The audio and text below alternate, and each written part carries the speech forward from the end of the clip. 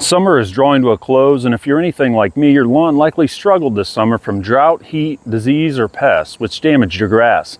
Fall is approaching, and it's prime time to repair your lawn by overseeding. I get feedback from viewers frequently each fall sharing their frustrations with their overseeding projects not working out as they planned.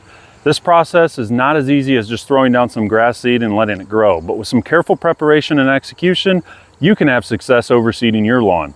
In this video, we're going to go over 3 essential tips to ensure your overseeding project is a success this fall, so stay tuned.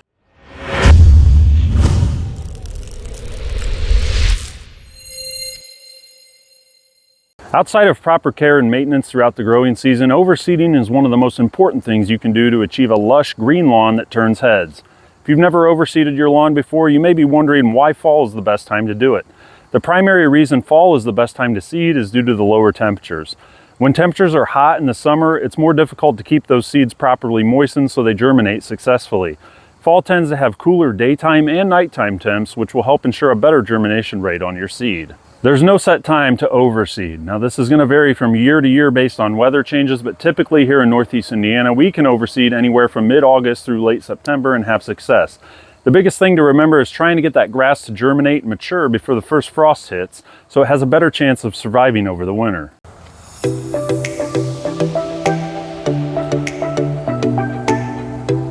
You're not going to have success with an overseeding project if you don't take time to adequately prepare. I've overseeded many lawns over the years, both professionally and on my own, and here are some important things that I've learned that lead to a more successful overseed project. The first step is going to be mow as low as possible. I typically mow my lawn at 3 to 4 inches throughout the growing season, and a few weeks before I overseed, I'll start to lower that height of cut down and to get it as low as I can. For my tall fescue lawn, this tends to be around 2 1/4 inches, but this is going to vary based on your turf variety, terrain, and your lawnmower's height settings. I do tend to bag the clippings and dispose of them to keep them off the soil during this time as well. Once the grass is mowed as low as possible, I'll typically come through and dethatch the lawn. Now, I use my Sun Joe electric dethatcher, but you can also use a pull behind dethatcher or rent one from your local rental place as well. Not only is this going to remove all the dead material from the lawn, it also helps loosen up the soil a bit too for better seed to soil contact. This is going to give your seed a much better chance of getting down into the soil and allowing for better germination. Aerating the lawn is completely optional, but I've found that when I do so before seeding, I have better success. Most people are typically going to use a core aerator before they seed, but this year I tried my Brindley Spike aerator to aerate before I seeded. Since my soil isn't severely compacted, the Spike aerator did a great job of loosening the soil and opening up that grass canopy, allowing for more seed to get down to the soil. Now that the seed bed is prepped, your last step is going to be put down your seed. Now, one of the most common questions that I get is how much seed do I put down? This is going to vary depending on your seed variety and how bare your lawn is, but a general rule of thumb would be around 2 to 4 pounds per 1,000 square feet for a thicker lawn and 4 to 8 pounds per 1,000 square feet for a lawn that has more bare patches. This is just a guideline, and as I mentioned, this is going to vary based on your seed and your lawn's needs. Be sure to ensure the seed gets down to the soil by either giving it a quick water when you're finished or using a lawn roller to run over the lawn and push that seed to the soil. Good seed to soil contact is key to good germination. Top dressing the lawn is optional. I've overseeded in the past and I've used peat moss and topsoil and achieved similar results to years like this season when I use no top dressing at all. This step is completely up to you.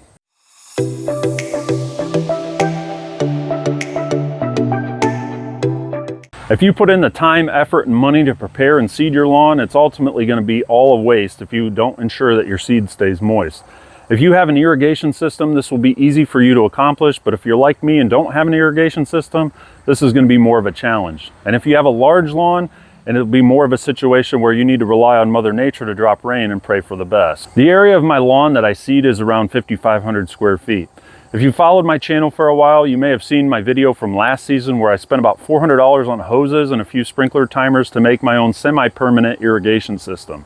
I used 2 of these 4-zone sprinkler timers from Melnor, one on the front hose bib and one on the back to cover 7 total zones. There are various hose timers on the market from digital models like this one and even Bluetooth models that you can control from your smartphone. Spending a little bit of money on this is going to be a huge time saver for you. I typically seed with tall fescue seed blends, and the majority of fescue cultivars will germinate anywhere from 7 to 10 days. That said, I set my timers to run 3 times per day per zone for the first 10 days after seeding. Keep in mind that if your seed has a longer germination time, you're going to want to adjust this as needed. I set mine to run 10 minutes per zone at 6 a.m., noon, and 4 p.m., ensuring that all the seed stays moist around the clock. The time's going to vary based on your water pressure, but you're aiming to just keep that top inch of soil moist. If you notice puddling or seed moving around, you're putting way too much water on it. It's also important to remember to skip waterings if you get rain in between to avoid overwatering the seed. Once I hit the 10-day mark on my fescue seed, I cut that watering back to 1 time a day for 15 minutes per zone in the morning to ensure that those newly germinated seedlings stay hydrated.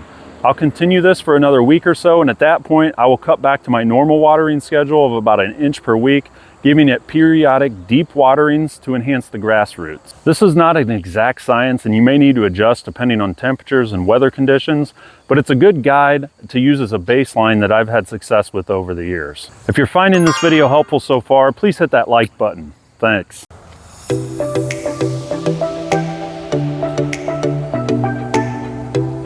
Many people don't think about fungus when they overseed their lawns in the fall because the temps are cooler. Even with cooler temps, fungus can still tend to creep up quickly on your lawn during the overseeding process, given the fact that you're putting so much water down on it consistently and it's staying moist around the clock. This is why I always apply a preventative fungicide treatment to the lawn when I overseed. I'll typically use a combo of azoxystrobin and propiconazole as a good 1-2 punch to prevent a wide variety of disease during the seeding window. The good thing about this mixture is it's going to provide you a more broad spectrum control with different groupings to avoid resistance, and when combined, these will provide about 28 days of preventative coverage against disease. If you think I'm crazy for doing this, you've never worked hard to seed and lost turf to something like dollar spot or Pythium blight and had to start over. This is an easy step to put down a preventative fungicide application, and it's going to save you a lot of time and money and lead you to better success. I've listed some fungicide recommendations of products I use in the description below if you're interested, and check out the videos up in the corner above if you want to learn more about fungus and fungicides.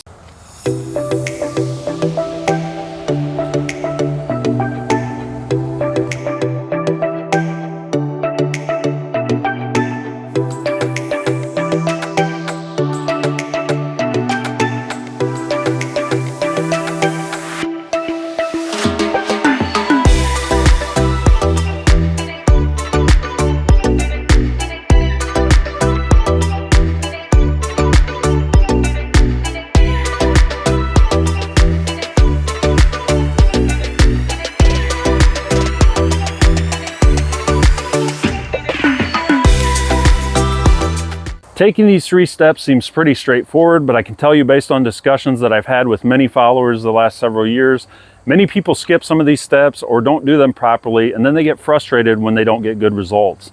Take the time to do these things and you'll most likely have much better success this fall and get that lush green lawn that you're looking for. If you want to follow along with my journey in the lawn and learn some helpful information along the way, be sure to hit that subscribe button and turn on your notifications so you don't miss out on future updates. If you want a little more guidance, I also offer lawn consulting through my website, which I'll link below. You can check that out. There's also some helpful information, discount codes, and other links that you can reference as well. And I got some awesome merch, lawn lover merch that you can check out and pick up if you're interested. I appreciate you watching this video. Hopefully you have a great time overseeding your lawn with good success, and I look forward to seeing you next time out here in the lawn.